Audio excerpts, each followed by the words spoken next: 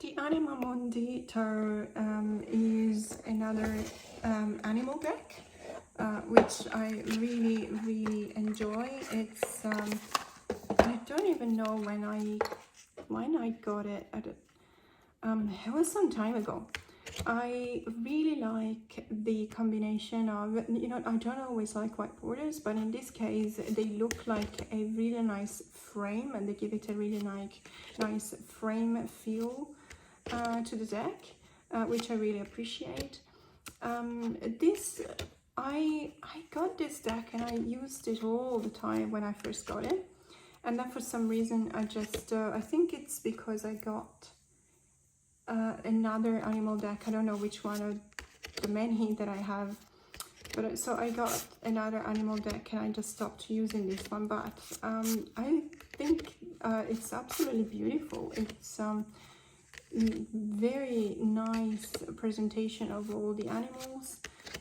It is a rather pippish kind of deck, as you can see, but you can still work your way. I think there's only one human, or maybe another one, but not many.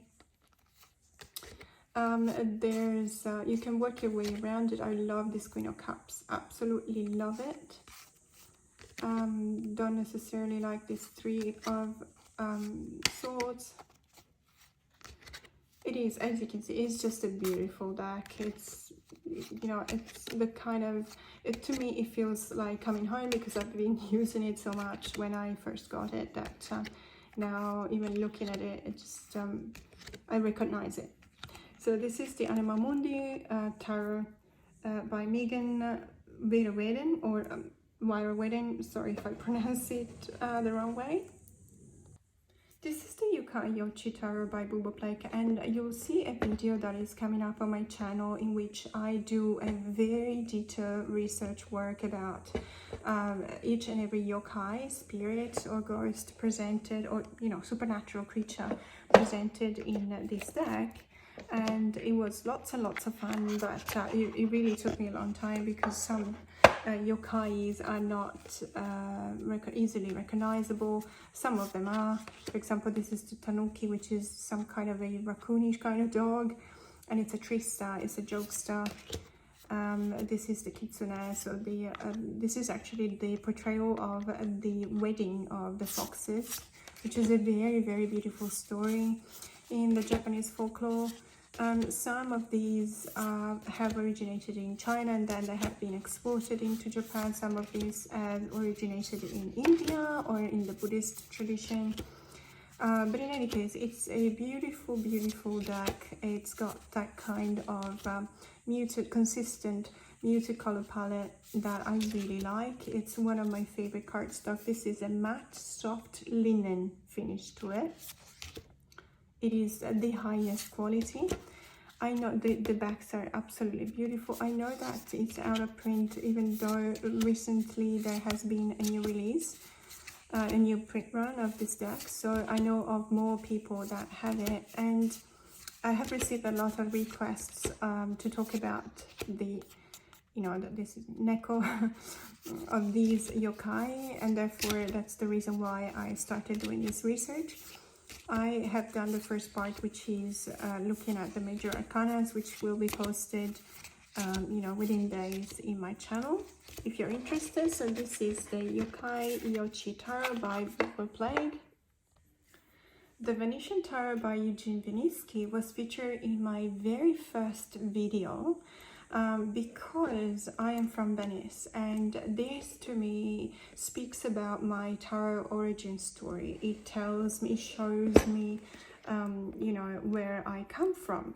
And because I don't live in Italy anymore, and I haven't lived in Italy for quite a long time, I do need, every now and then I need something to remind me of my origins. And I really appreciate the work, the research, and the respect that is behind this production, because I can assure you, by being, you know, from the area, I can assure you that this deck is incredibly accurate in the depiction of the cards. It talks about a kind of a decadent kind of Venice, which is the way I see it as well. Many characters are wearing the traditional mask that you see during the carnival, although when you go to Venice you can tell, you can see people wearing masks even outside of the traditional carnival time of the year. I really love the fact that there's the traditional landmarks of the city. I love the fact that it's very unique in the sense that I've never seen any other tarot that is, you know, reflecting so much about the city that I love. Venice is still probably my favorite city in the world. There are a lot of cities that I choose to go to because I really love them, but Venice is always in my heart. And this deck, even though I don't use it, I have to be honest, I don't use it for readings. It could be very well used for readings because it is very traditional RWS, even though it is set in Venice. But I don't necessarily use it because to me it's a deck that I want to keep in my collection. It was a bit of an expensive deck to acquire. To be honest, I believe that it is now out of print, but there is a second print coming soon. So you will be able to get it if you like it. For those of you who know Venice, who have been to Venice, you will see what I mean. It's just, it does give you that kind of feel for the city that I miss so very much. So this is the Venetian Tower by Eugene Vinitsky. And here we've got another quite famous deck. This is the Tarot of the Holy Spectrum. As you can see, I've got the original and the Infinity edition, which has mirror-like box and also mirror-like backs and edging or gilding. Now well, the original edition, but this is the second edition, if it makes sense. So there was an original edition with 2 printings. This is a second printing.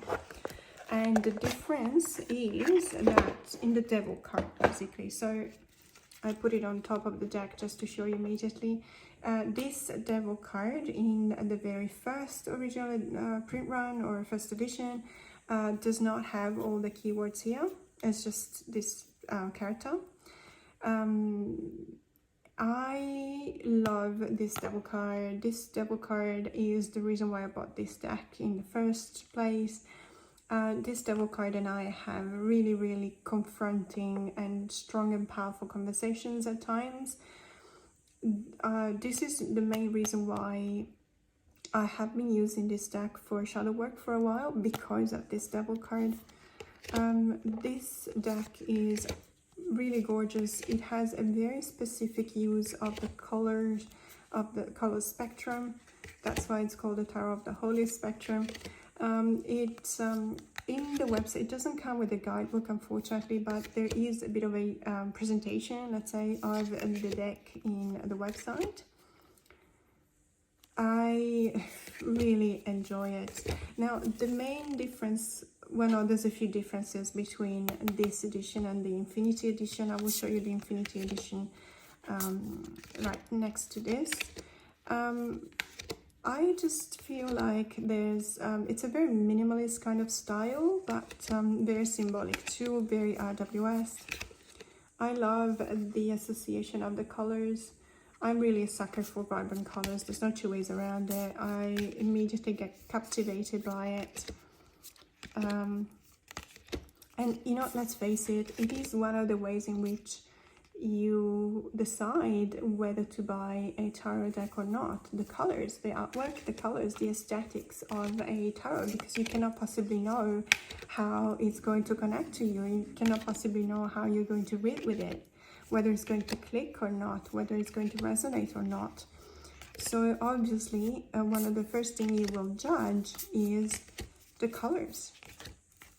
So this is the Tarot of the Holy Spectrum. This is the second print of the original edition. And now let's have a look at the Infinity edition, which is this one here with this mirror-like box. And you'll see the cards are exactly like a mirror. Yeah, it's a bit, sometimes it's like when I'm filming, it's like, hello. So as you can see, though, the fronts are quite different. The finish is very glossy. The colors used are a lot more vibrant, but they're also different kind of tonality. It looks to me like, for example, you can see it in the hair of the characters. There's a bit of a there you go. Many of them are those flashing kind of colors. So it's even more vibrant than the original edition. There's only a couple of cards which have a different artwork. And I think the star card is one of them. By the way, this star card is absolutely beautiful. I really enjoy this deck. So the feel of this deck, even though it's for the most part the same kind of artwork, but because of the difference in colors, it feels to me like it's got a different vibe from the original edition. And that's the reason why I really appreciate having the possibility to read with both of them. By the way, I know that just recently there's been a release of a Color Me kind of edition. So it's an actually black and white deck with the same kind of artwork, but it's black and white, and the finish is such that you can actually color it yourself. That's the Devil card. So this is the Devil card that is actually a sister Devil card to the one in the first original edition. So as you can see, it doesn't have the keywords around it. And I really do like this card as well, but I do appreciate more the other ones. Also, the font has changed in this edition, and I have to be honest, I did prefer the one on the original edition. It was just easier to read for me. So this is the Infinity edition of the Tarot of the Holy Spectrum. And these are two editions of the Ember and Aura Tarot by Jamie Richardson. We got the original edition and the Awakening edition. It was so hard to find that I had to beg someone from Pennsylvania to ship it to me, because originally this lady didn't want to ship overseas. But I couldn't find any other way to get access to this deck. It was right after, I think it was a couple of months only after this deck had gone out of print, the Awakening edition. And I was miserable. I really wanted it. And then when I found it finally on eBay, and this lady wasn't shipping overseas, and back then I didn't have the parcel collect service in Portland yet. So I really had to beg her, and she graciously in the end, she was like, you know what, I can feel how much you want it, and I'm not going to stand in the way. So she agreed to send it to Australia, and I was very grateful.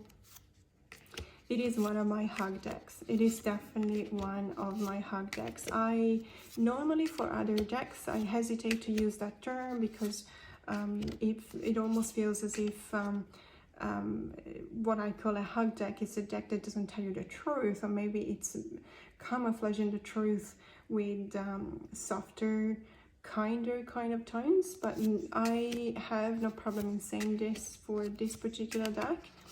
I just use it whenever I feel down, and it just cheers me up. But it's not the cheerful, funny kind of cheering up. Is literally the hugging type of a deck, and I really enjoy it. The color palette is very soft, and that's one of the differences between the two decks. One is that there is an Awakening card in the Awakening edition, and the other one is the color palette. So this one is more, let's say, a cooler tone, whereas the original edition has got a more earthy tone to it. But let's have a look. So this was the Awakening edition.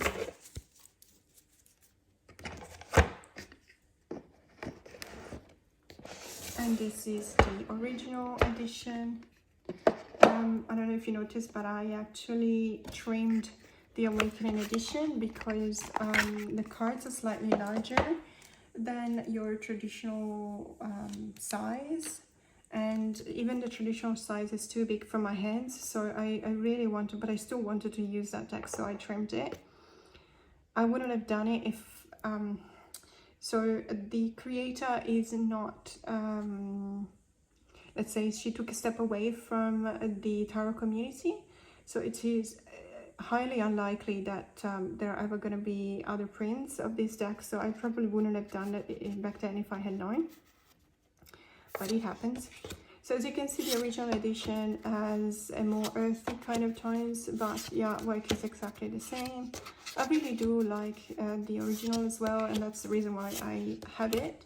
It's my spare copy to the Awakening edition. And if I need it, I need it.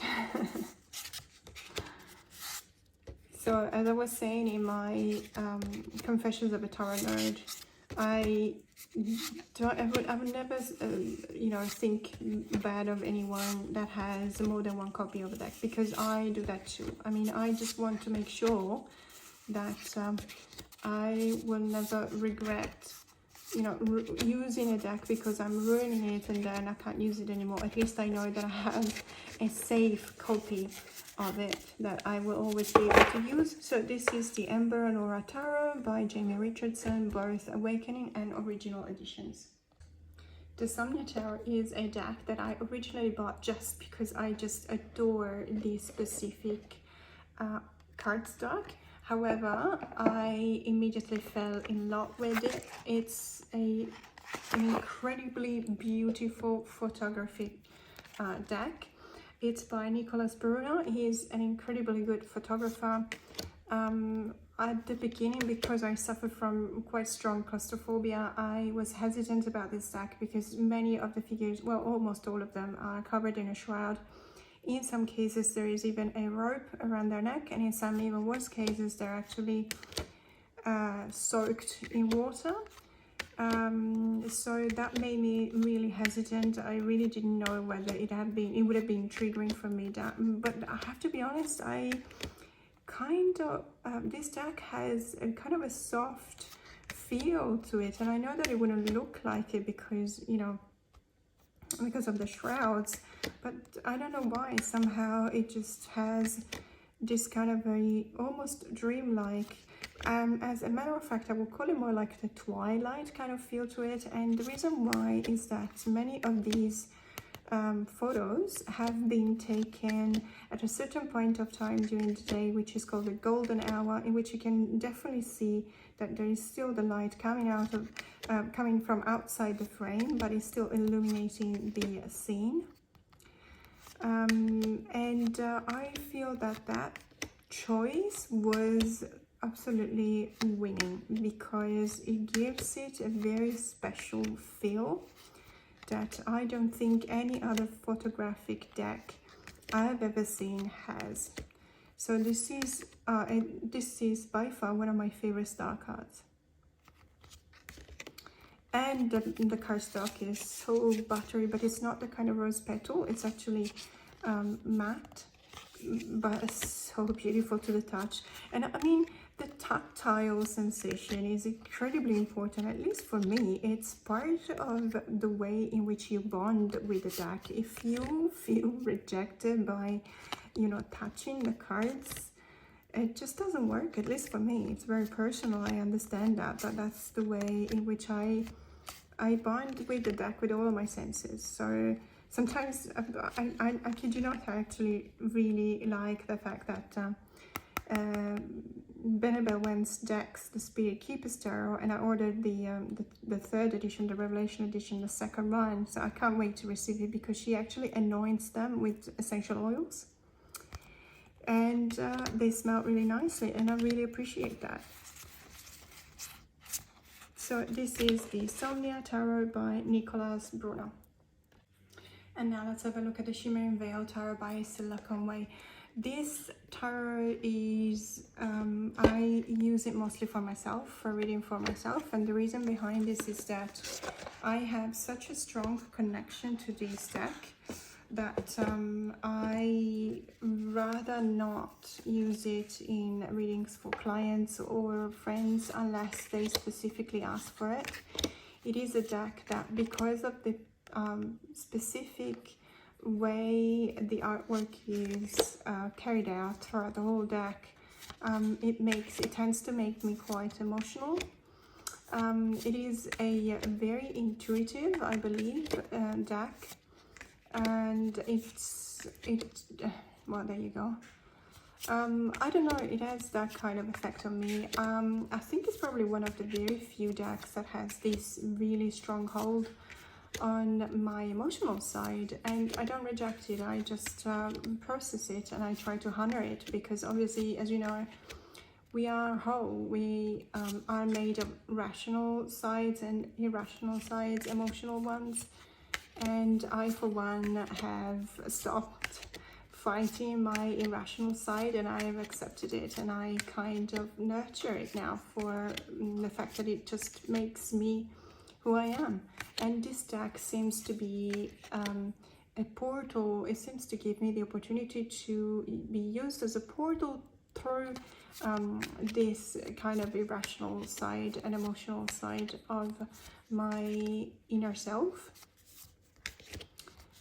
which is always very helpful. It's always very useful whenever I want to do some specific kind of readings, not necessarily shadow work, but introspective kind of readings. And I really like it. It's beautiful. The artwork is fantastic. So this is the Shimmering Veil Tarot by Sula Conway.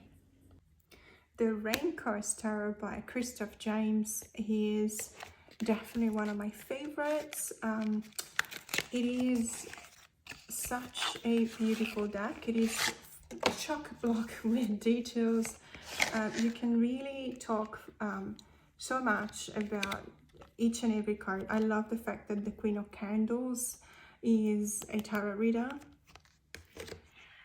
There's so much that you can notice, so many details in this deck. It's just amazing. And what I really love about that is that all the symbols, all the details in each and every card are actually very conducive of the essence of the card. They are all related. It's not, nothing is random. I really love the fact that this Fool has got someone, you know, getting out of a window here and looking up. It does have a bit of a oddity kind of feel to it. The association of the colors is one of my favorites. I really do enjoy the vibrant colors like that. I also really like the artwork in this deck.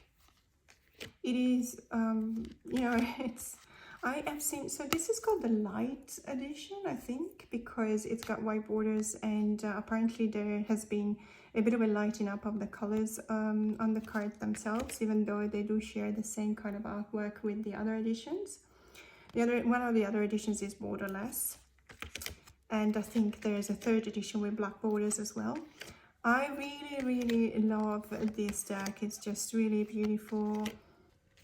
So some of the cards are very straightforward, as you can see. Some of them it takes a bit longer maybe to get into the spirit of the card, but I always appreciate that. I mean, I like the fact that I have to look at the card and try and connect with it.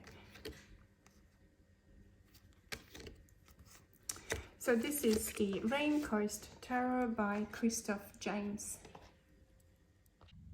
This is the Tarot of the Unknown Shadows, and it has been printed by, I think, Dark Sinaver. It's been designed by Ivan Morlika. Sorry, I may mispronounce that. My apology if that's the case.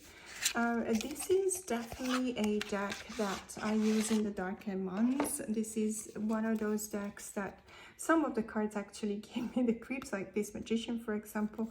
I don't know why, it's just a feel to it. But I really enjoy this deck. It's got the kind of vintagey, kind of collage style. I really enjoy using it with a few of my Oracle decks, which is, you know, always a plus for me. It is a really good reader. Not a huge fan of the cardstock. It feels very flimsy to me. It's very thin, but then again, it does give you, because of that, it does give you that kind of flexibility, and it's not a difficult deck for me to riffle shuffle sometimes, because I have really small hands. You know, I can't always riffle and bridge shuffle a deck, but this one is not a problem. I like it. It's you know, some cards are really intense. That's what I would say about this deck. That's a perfect word for it. And but you know, it is called the Tarot of the Unknown Shadows, so obviously it is faithful to its name, and I'm perfectly okay with that. There is consistency, and consistency is always appreciated. So this is the Tarot of the Unknown Shadow by Ivan Mulika, I think. So this deck is the Maralun deck, and these are the backs. This is an incredibly beautiful deck that I was really lucky to get. I did not know anything about this deck. It came out, I purchased it in one of the Facebook groups, and I had absolutely no information about this deck. I could not even find back then any kind of walkthrough on YouTube, but I just had a look at a few of the photos that I could find on Instagram, and I really liked it. And I thought, okay, this is going to be one of those decks that, you know, I go in like that without much information, but hopefully I will like it, and I did. I'm very happy that I got it. It is, for me, one of the top 3 hug decks.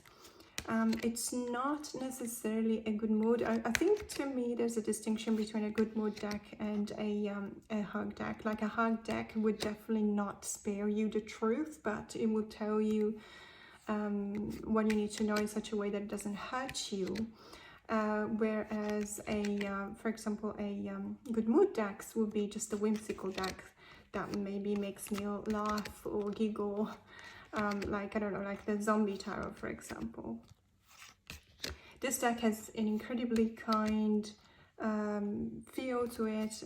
It's probably given by the pastel colors and by the very nice, you know, artwork, which I really like.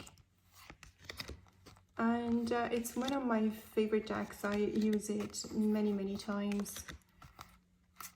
Also, when I do grief work, for example, this is one of the decks that I used. And I just posted a video on how I use specific decks with specific combination with oracles and specific combination on a spread in order to process grief. If you like the video that I posted about processing trauma with tarot, that one is very similar, let's say. So this was the Maralun deck. And this is the Lucid Dreams Beginners Tarot with Keywords by Solara. This is the 3rd edition, which has a linen finish to it. Now, the creator used to be one of my neighbors. She used to live in the same area as I do, and I never bought her deck back when she used to live in the northern beaches. And then all of a sudden, I just decided that I wanted it when she moved to LA, which, you know, as you do. But in any case, it's a quite famous deck because of the fact that it's got really good keywords. It's an excellent beginner's tarot. But I really enjoy the artwork. It's just really beautiful, and the cardstock is phenomenal. I don't know, I really like this deck. It's got a kind of a vintagey feel to it, you know, and the color palette is really beautiful. It's got gold foil, you know, every now and then in the cards as well. I don't know if you can tell. You can probably tell from if I do that.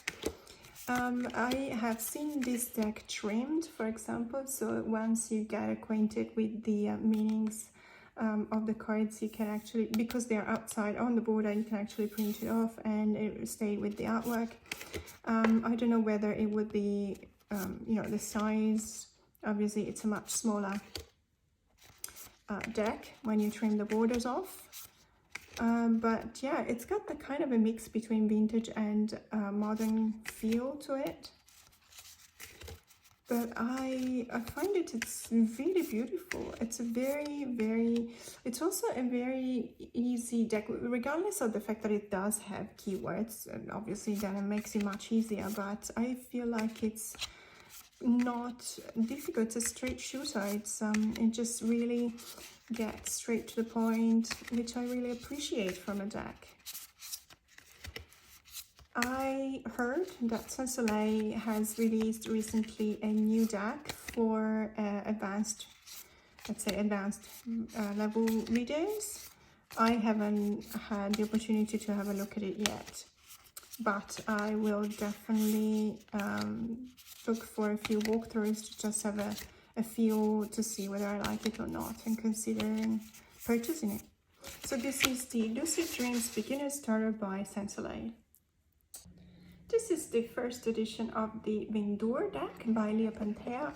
This deck came into my collection before I even knew what it was about. I just really liked the artwork, and I found out by reading the guidebook afterwards that the illustrator, the creator, had spent something like a month in Iceland, and she literally came up with the creative concept of these cards whilst she was there, and that to me really comes up in the cards. It's something that I have been to Iceland. It's one of my favorite places in the world. I do travel a lot, so it does say a lot of how much I like a place if I say something like that. I do believe that there's a lot of that kind of cohesive union or connection between fire and ice in this deck. It is Pippish, and the suits have all the same color, so it's a thematic kind of coloring of the suits.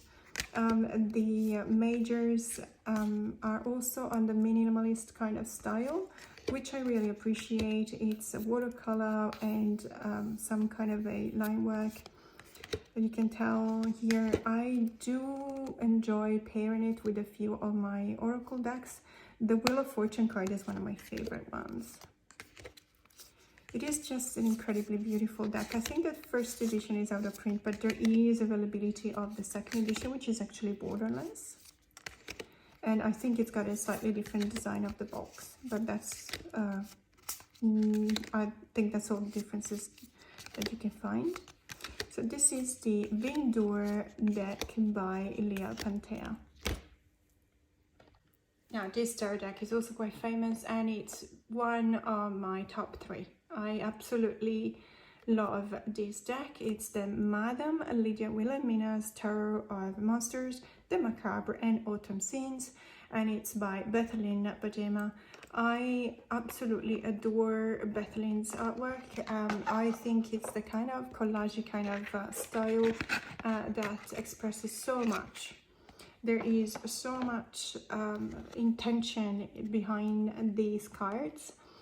It is a, let's put it this way, it's a deck that I use in two different ways depending on what I want to achieve. It is therefore a very versatile kind of deck, because it does express that sense of decay, of passing or transitioning. It does, you know, it really gets a lot of use by many of us in the tarot community during the darker months of the year. In my case, I use it year round. It pairs really well with some of my favorite oracle decks, like the Oracle of the Divine Muses, because it does have the same kind of vibe. Some cards are incredibly beautiful, like this Ace of Cups.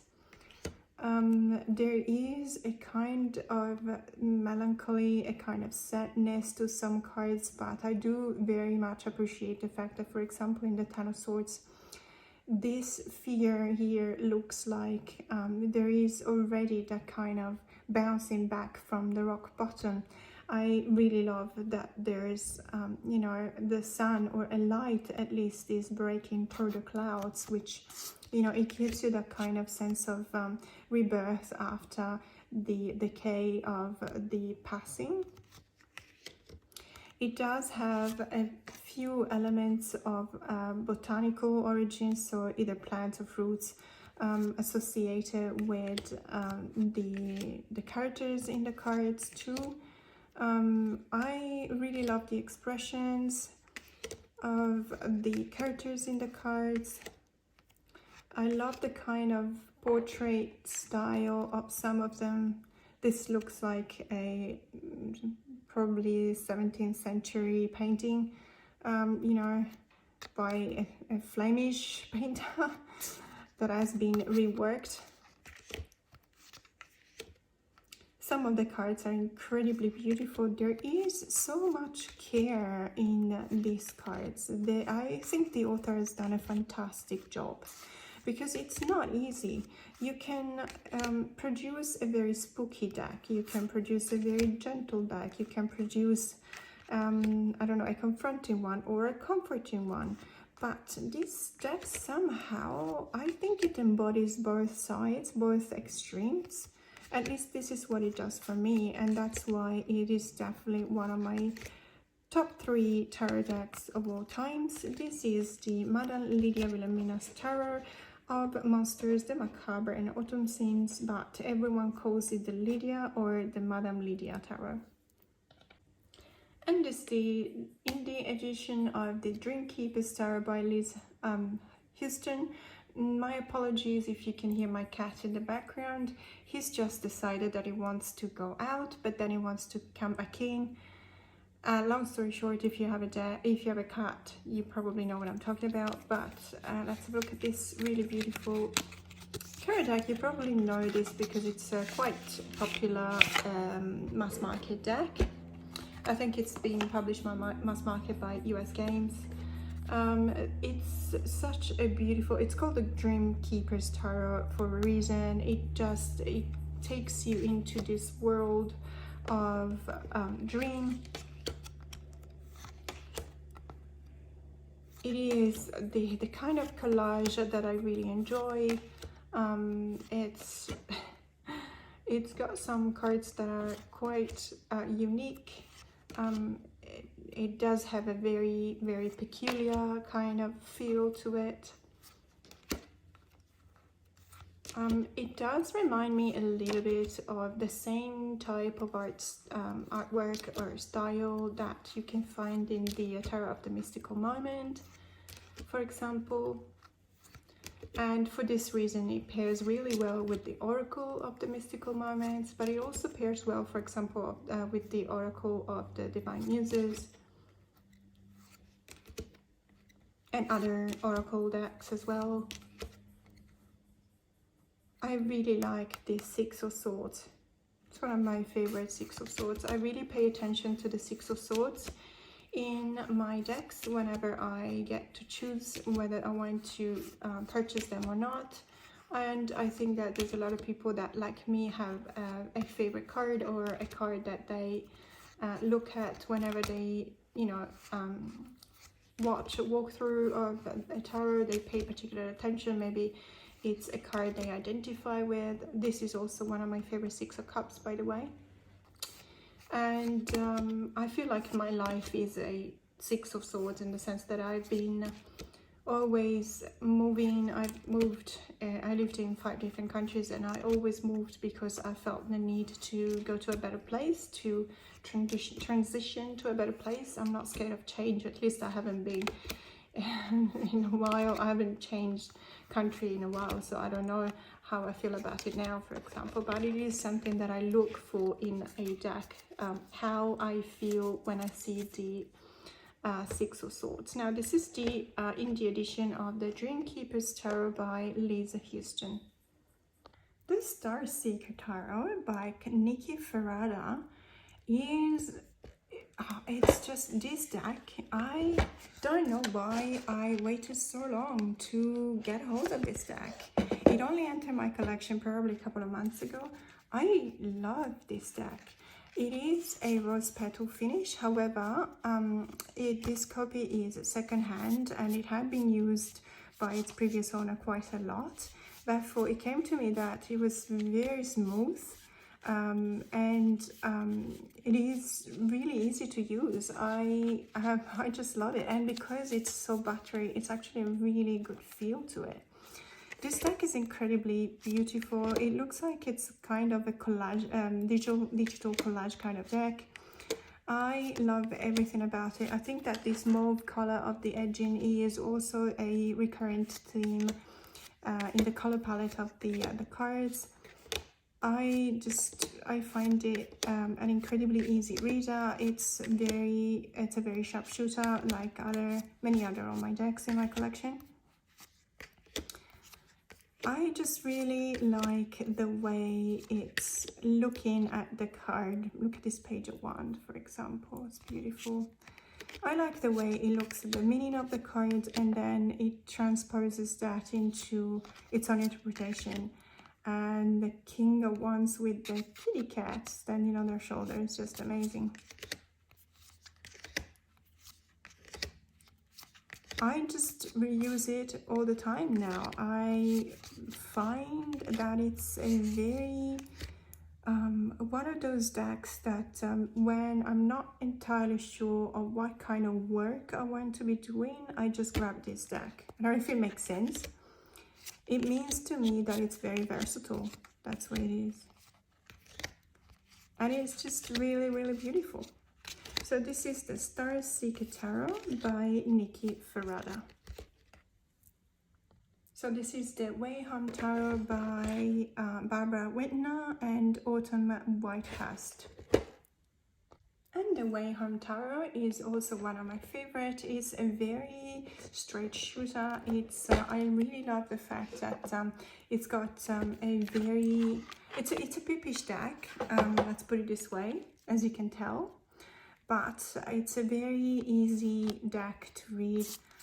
It is very evocative. The symbols, that's a combination of the symbols, the artwork, and the color palette makes it so that it is an easy reader.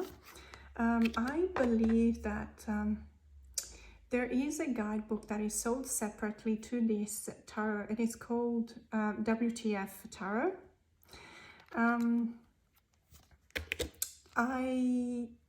I'm not sure 100%, or maybe in that book there are references to this tarot. That's more like it, I think. But I don't have the book. I feel like you don't necessarily need a guidebook in this case, although I am a sucker for guidebooks. I always love to read them because I really love to get in touch with the original intention of the artist in choosing a specific image to depict a certain card. But I do believe that this is a very easy reader. It really does not need, maybe not necessary for a beginner, but even more so. Even so, I think that you know, you can definitely grab a copy and see how it feels to read with it. I love this 8 of Cups. There are some cards that are really beautiful. This Universe card reminds me a lot of the Connected and Free Oracle, and I do pair them up together. They do pair up really well. So this is the Wayham Tarot.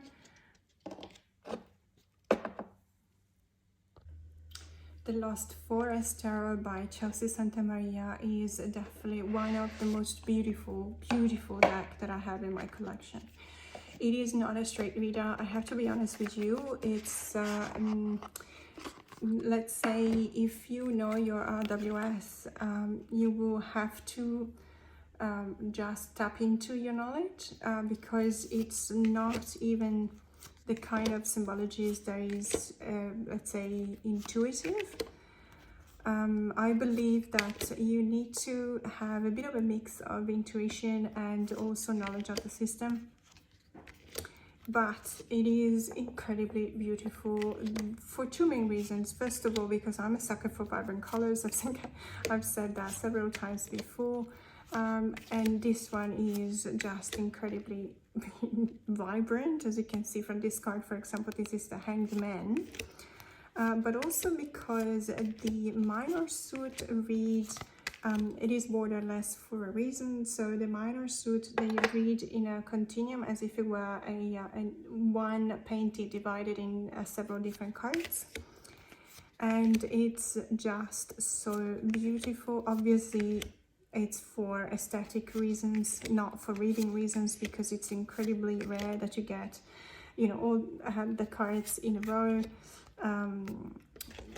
Just to give you an example, this is the 2 and oops, sorry, 2 and the 3 of fire, and as you can see, it's as if it was one painting that has been divided and cut up in like different 10 different cards. I think it includes the code card as well, so there would have been 14 different cards. And even though I must say that even though it's definitely not RWS, you can still retain the element of at least numerological. So there will be a 2 fires. For what I can tell here, there's the element of 3. In this case, there will be 4. 1, 2, 3, 4. I'm not sure, to be honest. As you can see, the guidebook, if you can call it that, is very, very basic. There you go. Well, yeah, I say it's basic, but it does have a bit of a description for each and every card, so it's actually not too bad. Sorry about that. It's just that I would have expected, you know, an actual book. Which is totally fine. That one is very easy to read as well. Now, I know that this deck is out of print, however, the creators in Chelsea Santa Maria still has an Etsy shop, and she is currently selling the Majors Only edition of this deck, and I do recommend it if you like the artwork, because it's just incredible. It's spectacular. It is so, so beautiful. As I said, it is, I consider it to be one of the most beautiful, for aesthetic purposes, for aesthetic reasons, one of the most beautiful decks in my collection. So this is the Lost Forest Tarot by Chelsea Santa Maria. Now let's have a look at the Healing Waves Tarot, which is one of my favorite tarots, although as a collector, not necessarily as a reader, because, you know, talking about cardstock, it does have that kind of cardstock, rose petal kind of cardstock that it does get better, admittedly, with time. The more you use it, the easier it gets to separate the cards. I don't know, but I heard from others that they didn't have a problem with their copy. I don't know whether it's my copy that is particularly but I really have to, you know, force my hand, you know, to separate, to fan out the cards, which is not necessarily the way you want a deck to be. Having said that, I did hear from others that they didn't have as much of a problem as I do, so it's either myself and I might have, you know, I do have small hands, so there might be an influencing factor, or maybe the copy that I received is just like that.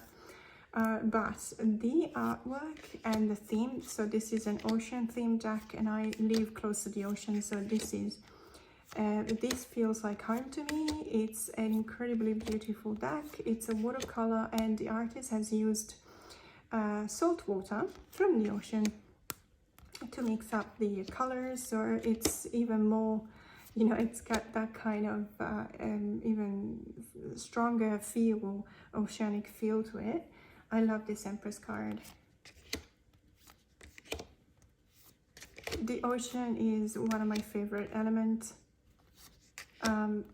It's not just because it's a water element, but it's because of the power of the ocean. The ocean is, to me, is an incredibly strong and powerful element of nature. And all the creatures that inhabit the ocean are all incredibly beautiful, as you can see. So I really, really like this deck. It's one of the unicorn decks. Unfortunately, it's out of print. I heard that there's no intention of reprinting it. However, this same author, Nawan Yunasiri, has recently released 2 decks. One oracle deck, I think it's called the Wild Child Oracle, and is soon going to release the Wild Child Tarot. So I will post the link in the description box below for you to check those out, because if you like this kind of artwork, you will see that the Wild Child is very, very similar. So this is the Healing Waves Tarot by Nawan Yunasiri. And here we've got another unicorn. It's the Solara Occulto Tarot.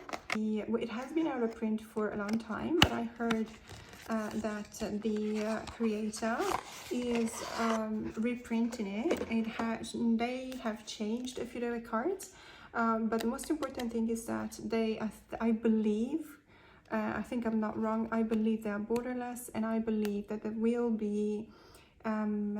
will not only be the tarot cards, but there will be a few of the oracle cards that come from the Mercury, Salt and Sulfur oracle. So it will, I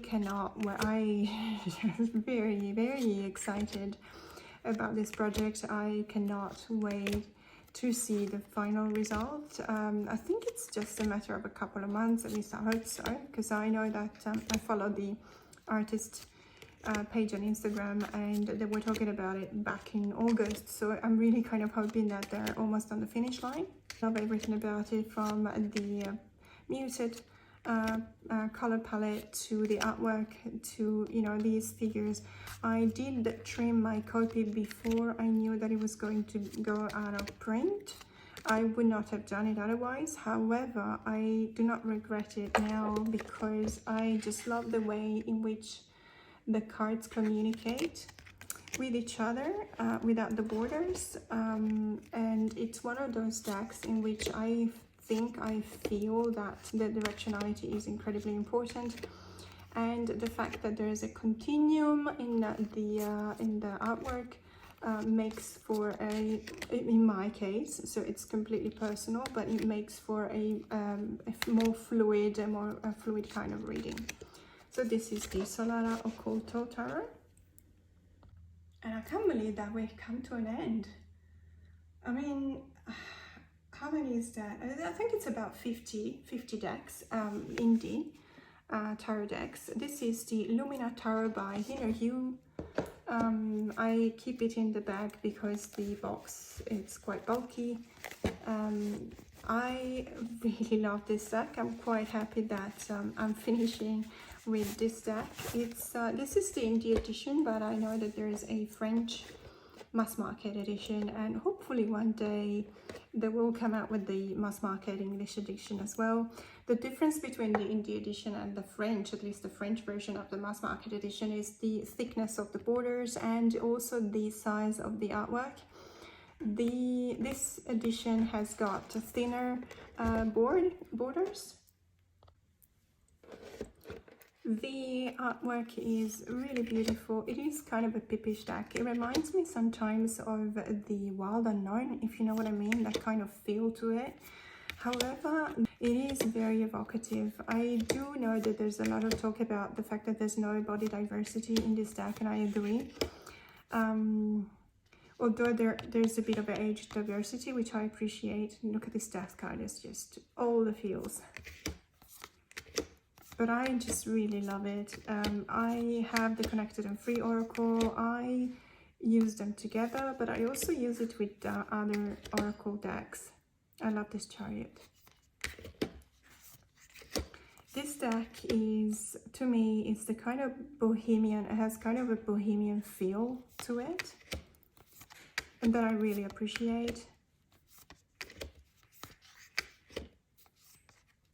I do read the book every now and then, but not always, because I feel like, you know, I don't necessarily need it, although I do want to make sure that my interpretation of the card either follows the interpretation of the author, or at least I am aware of the meaning of the author in choosing a specific card or a specific image to represent a card. So as you can see, it's a mix of humans and animals and crystals. It also does have a bit of a witchy kind of vibe to it, which I really like. So yeah, this is the Lumina Tarot. by Inner Hue. And with this I conclude my showcasing of all of my indie tarot deck. Now thank you so much for watching this whole video, which is very long, and I hope you liked it. If you did like it, please consider subscribing to my channel. More to come. Have a great day.